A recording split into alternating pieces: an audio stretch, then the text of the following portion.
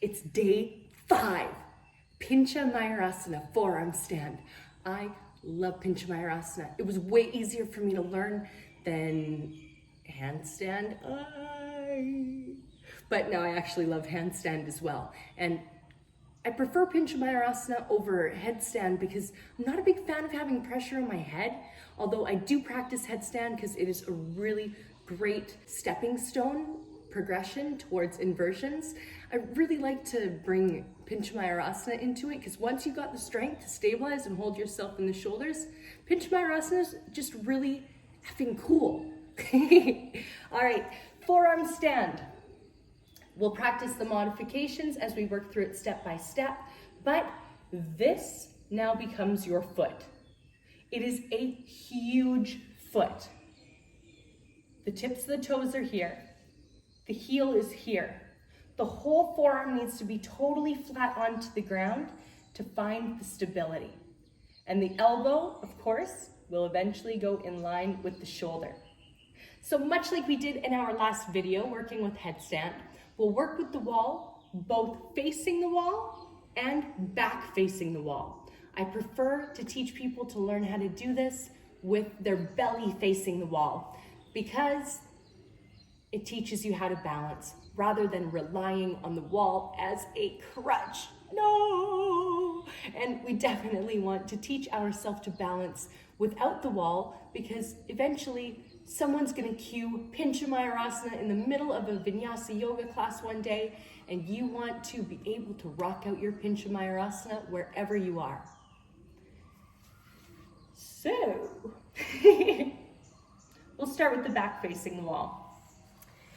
This one gives you a little extra confidence so that you don't fall back, especially if you don't have someone to spot and this is one of your first times. The trick is to get the butt, the hips over top of the shoulders. Begin in dolphin pose. The hands go down to the ground, elbows towards the floor. Now, where you place the hands is important. For a full Pincha Mayurasana, the hands are open in line with the elbows. Now, this is not possible for everybody. If you're someone with tight shoulders, to make it more accessible, let the thumbs come towards each other. This will give a little bit more space to the shoulder joint, yet still keep the shoulders safe because the elbows are in line with the shoulders. If you place your elbows too wide, this is not going to be good. It'll crunch into different areas of the shoulders. It makes it really hard to stabilize. So get the elbows in line with the shoulders, and then you can place the hands wherever you want. If you want to test this for yourself, reach your arms up, bend the elbows, and see how far back your hands go. If your hands come more into the center when you reach the arms back, try bringing your hands, your thumbs together.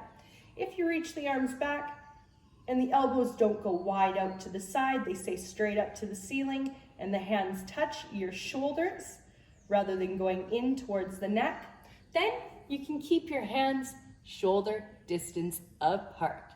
Here we go. The hands are about 1 forearm distance away from the wall. Elbows directly underneath the shoulders, and curl the toes under and lift your knees off of the ground. Then walk the feet in as close as you can to the elbows. Modification 1. Lift your right leg up towards the ceiling. Press down into the ball of your left foot. This is our modification for forearm stand. Now, if this is too much, lower your foot down towards the ground. Modification 2, a simple dolphin pose. Press the head back between the forearms and lengthen your neck. Palms stay flat down onto the earth. Next version, one leg lifts up to the ceiling. We'll do a little jump. Not a little jump, a big jump. Bend the knee, the bounce comes from the bottom. The top leg does not swing, it stays static. Push, jump, get your butt up. Foot towards the wall. Once the foot touches the wall, lift the other leg up, but balance with the foot touching, Then you can see if you can float the leg up, even if it's just for a few seconds, and then put the leg back. The tendency here is to bring both legs to the wall and to kind of do a bit of a back bend. Try to avoid that, because before we do back bends, we need a strong, solid Pincha Mayurasana without any bend in the spine. Let's get the hips over top of the shoulders. Play with the balance. Make sure that you do both legs. Whee! Then eventually both legs come straight up to the ceiling and lower down before it gets scary. Both feet towards the ground. Pinchamayurasana with the wall to support us so that the belly faces the wall. Be mindful not to get too close, or it's quite tricky to get out of the pose. We want to have the feet connected to the wall, knees on the ground, and then lower the elbows towards the floor with a little bit of distance between your elbows and knees. For most people, this gives the perfect position. Elbows are in line with the shoulders, directly underneath. Hands come down to the ground, forearms totally flat. You can slide the skin on your forearms out a little bit to glue them to the mat. Curl the toes under, lift your bum up, knees off of the ground. Bend one knee, press into the wall. Both of the knees are touching. Notice where my bum is. Now, press your bum over top of your knees. This is a modification as well. It's quite a bit of work on the upper body, so you can stay here if you'd like. To go further, extend one leg up, toes touch the wall, bend the other knee to the chest. Modification 2. Modification 3, lift the leg up, take the knee back, counterbalance your body, then press with the toes a little bit. See if you can find a hover point to work your forearm stand with split legs, just like we did in the tripod headstand video. So legs open up wide to the sides, well, wide, one leg forward, one leg back, foot towards the wall, bend the knee, and come all the way down. Be sure that you do that one on both sides of your body. Now, again, like in the tripod video, because eventually we do want to learn how to press into this to gain more control, let's work a split leg press to tripod headstand. This gives my students so much more success than a lot of the other ways to come into the pose.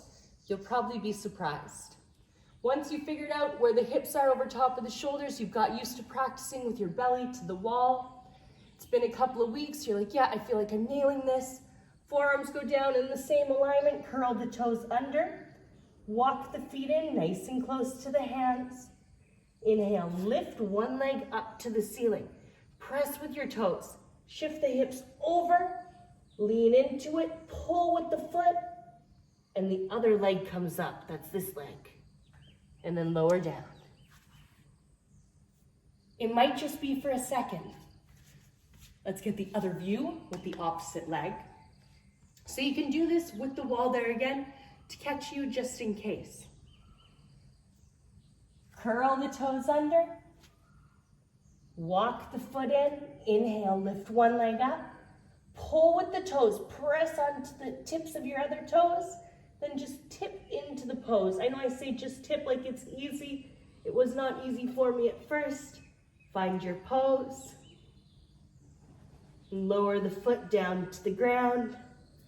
Now, if you would like to do the jump into forearm stand, that's how it starts for a lot of people when they're getting away from the wall. Like we've done before, the bounce comes from the bottom leg. Top leg strong. Let's take a look at that one. Elbows down to the ground, elbows underneath the shoulders. Thumbs are together or separate, whatever gives you the space in your shoulders to feel supported. Curl the toes under, lift your knees off of the ground, then walk your left foot in as close as you can to the elbows.